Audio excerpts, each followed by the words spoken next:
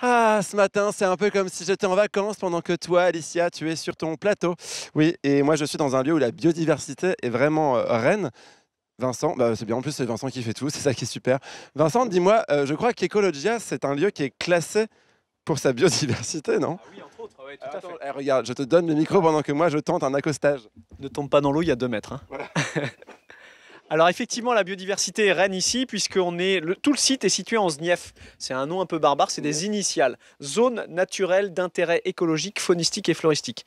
L'État français, dans les années 80, a placé toute cette zone en ZNIEF. Pourquoi? Parce que rappelle-toi, historiquement, en 1963, c'était un désert de Oui. biodiversité. Il n'y avait que de la poussière et de la fumée. Mais depuis, comme ça a été abandonné par l'homme, la nature reprend ses droits et toutes les espèces sont en train d'aller très vite pour prendre la place. Donc on a des Ah, espèces qu'on ça, retrouve c'est nulle bien. part ailleurs. Bon alors, merci, je récupère mon micro maintenant que je suis stabilisé. Alors là, on est arrivé sur une cabane flottante parce qu'en fait, à l'Ecologia, il y a plein d'hébergements insolites. On trouve des cabanes à flanc de falaise, une poudrière là où j'ai dormi cette nuit, des chambres d'hôtel, et puis une cabane qui flotte là au milieu du lac. Tu nous fais un peu la visite, Vincent? Alors, une cabane flottante, effectivement, tu as vu, le seul moyen de locomotion, c'est la barque ou le Ouais, canoë. Mais en c'est tout génial. cas, on y va sans autre moyen de locomotion. Une terrasse, plein sud, avec vue sur le lac. Et puis à l'intérieur, donc une vingtaine de mètres carrés, tout confort quand même, hein, tu vas voir, avec de la bonne literie, un petit poêle à bois en cas de petite D'accord. fraîcheur la nuit, des toilettes sèches. Et alors, le must, c'est sur la terrasse, quand tu te réveilles. T'as le petit déjeuner. Exactement. Ce petit déjeuner, donc on le livre en Tiens, on va se canoë. mettre un peu par là.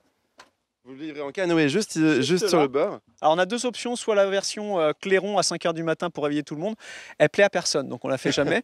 Donc c'est discrètement, on pose le petit déjeuner bio, personnalisé, c'est-à-dire que tu vois, comme hier soir quand tu es arrivé pour dormir dans la Oui, poudrière, un accueil, on te demande ce que tu veux, on prépare tout, on met ça dans les thermos et dans un petit panier qui est fait par un jeune homme de 85 ans qui habite là-bas, le panier en osier que tu avais. oui, c'est vrai. Produit naturel, À local, comme Louverné. tout le reste, Ouais. exactement. Et Bon. c'est déposé là. Et alors pour les gens qui s'imaginent que la Mayenne, c'est inaccessible parce que c'est dans la campagne, qu'est-ce qu'on leur répond? Rien de plus simple de venir ici.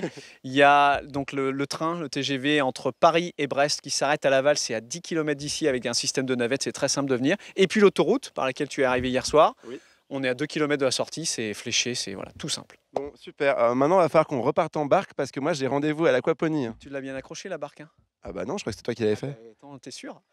Ah là là là, c'est la galère. Bon bah Alicia, à toi, le temps qu'on trouve une solution, va falloir qu'on plonge à tous les coups.